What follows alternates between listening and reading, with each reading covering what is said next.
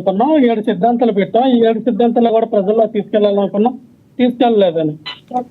తీసుకెళ్ళాలి కదా 7 సిద్ధాంతాలు. ఇప్పుడు శ్రీవరం నడ్డి కల్తీ జరిగింది, కల్తీ చేసింది హిందువులే అని ఆయన అంత ఓపెన్ గా మాట్లాడి ఓపెన్ గా చెప్పినప్పుడు, మరి మీరు సనాతన ధర్మాన్ని కాపాడుతామని చెప్పి మీరు చంద్రుని బట్టలు వేసుకొని ఆ రోజున తిరుపతి వెళ్ళి అదే క్రిస్టియన్స్ జరిగితే ఊరుకుంటారా, అదే ముస్లింస్ జరిగితే ఊరుకుంటారా అని ఎందుకు రెచ్చగొట్టారు? అరే మీ హిందువులే కల్తీ చేశారు, మీ హిందువులే ఆ రకంగా ఇచ్చేసారు అని మీ భావన మీలో ఉన్నప్పుడు హిందువులందరూ ఒక తాటిపైకి రండి, హిందువులు ఇదైందని ఆ రోజు ఎందుకు మాట్లాడకపోయారు? అంటే కులాలు మతాల ప్రస్తావన లేకుండా మీరు రాజకీయాలు చేయలేదని అర్థం. ఆంధ్రప్రదేశ్ జనాలకి కులం ఉందో తెలియదు, లేకపోతే ఆంధ్రప్రదేశ్ అనే వాదం ఉందో తెలియదు. కొంతమంది జై అమరావతి అంటారు, కొంతమంది జై ఆంధ్ర అంటారు. మీకు కన్ఫ్యూజన్ అండి. జై అమరావతి వద్దన్నారు, ఓకే. జై ఆంధ్ర అన్నండి అంటున్నారు, గడికేమో కులం అంటారు. పవన్ కళ్యాణ్ గారికి ఆపరేషన్ జరిగిందండి మొన్న.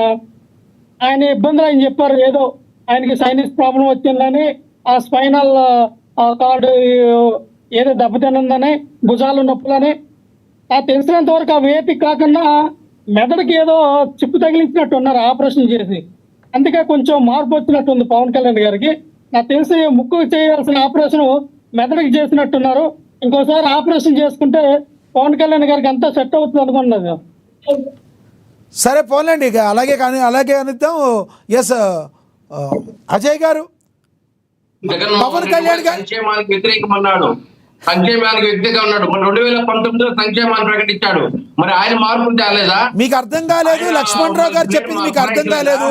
లక్ష్మణరావు గారు చెప్పింది మెదడు ఉంది పవన్ కళ్యాణ్ గారికి, మెదడుకి ఆపరేషన్ చేశారన్నారు. మీరు మెదడు లేని వాళ్ళ గురించి మళ్ళీ క్వశ్చన్ అడుగుతున్నారు. మీరు ఆగండి, అజయ్ గారు కంక్లూడ్ చేయండి. మీకు అర్థమైంది కదా అజయ్ గారు, మీరు కంక్లూడ్ చేయండి.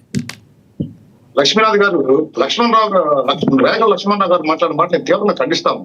ఈ రాష్ట్ర డిప్యూటీ సీఎం హెల్త్ గురించో ఆయనకున్న ఇబ్బంది గురించి ఆయన క్లియర్ గా చెబితే ఆయనకి అది చిప్పు. అంటే మేము కూడా ఇంకా అదే రకంగా మాట్లాడి అదే రకంగా జగన్మోహన్ రెడ్డి గారి గురించి మాట్లాడితే ఆయనకే నాకు తేడా ఉండదు అనుకోండి. ఆయన విజ్ఞప్తి వదిలేస్తా ఉన్నాను నేను. కూటమి వచ్చిన తర్వాత ఈ రాష్ట్రంలో మార్పు, పవన్ కళ్యాణ్ గారు కోరుకున్న మార్పు, చంద్రబాబు నాయుడు గారు, నారా లోకేష్ గారు, బీజేపీ కోరుకున్న మార్పు ఏంటో నేను చెబుతా. 2 నిమిషాల్లో.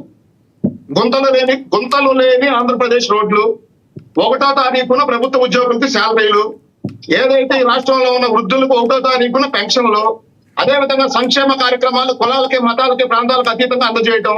ఇక 3వది అభివృద్ధి, 20 లక్షల ఉద్యోగ కల్పన అని చెప్పి నారా లోకేష్ గారు యువగళం పాదయాత్రలో చెప్పినట్టుగా విశాఖ ప్రాంతంలో Google, TCS, Cognizant, Infosys, Rayalaseema ప్రాంతంలో డ్రోన్ సిటీ, సోలార్ ప్రాజెక్టులు, అదే విధంగా రాయల్ ఎన్ఫీల్డ్, క్యారియర్ ఏసీ తయారు చేసే సంస్థ, నిన్న దేశానికే రక్షణ వ్యవస్థకే తలమానికంగా టాపిక్ మీద కంక్లూడ్ చేయండి.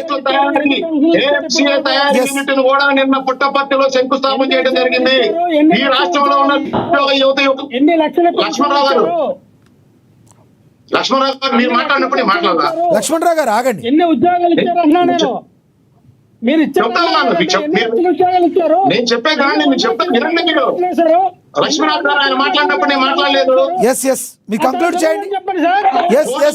టాపిక్ మీద కంక్లూడ్ చేయండి అజయ్ గారు. డిఎస్సి ద్వారా 16,000 ఉద్యోగాలు, కానిస్టేబుల్ ఉద్యోగాలు 6,000 పైన ప్రభుత్వ ఉద్యోగాలు, ఎన్ని లక్షల కోట్ల రూపాయలు పెట్టుబడులు తీసుకొచ్చి ప్రభుత్వ రంగంలో ఉద్యోగ కల్పన చేస్తా ఉన్నాం, ప్రైవేట్ రంగంలో ఉద్యోగ కల్పన చేస్తా ఉన్నాం. నిన్న 1,50,000 కోట్ల పెట్టుబడితో ANCA advanced combat medium aircraft తయారీ సంస్థ రాయలసీమ ప్రాంతంలో వేల సంఖ్యలో ఉద్యోగ కల్పన జరగబోతా ఉంది. మీకు చిప్పు తప్పింది, మీ జగన్మోహన్ రెడ్డికి చిప్పు తప్పింది. మీరందరూ సర్జరీలు చేయించుకోవాలి, మీ కళ్ళకి సర్జరీలు చేయించుకోవాలి. మీ కళ్ళు కనపడటం లేదు, మీ మైండ్ తప్పింది. సర్జరీ జరగాల్సింది వైఎస్ఆర్సీపీ అధినేత జగన్మోహన్ రెడ్డి. మీరు సర్జరీ చేయించుకోండి. ఈ రాష్ట్రానికి వస్తున్న లక్షల కోట్ల పెట్టుబడులు అజయ్ గారు, లక్ష్మణరావు గారు ఆగండి. లక్ష్మణరావు గారు ఆగండి. అజయ్ గారు దయచేసి ఆగాలి. అజయ్ గారు మీరు ఆగాలి దయచేసి.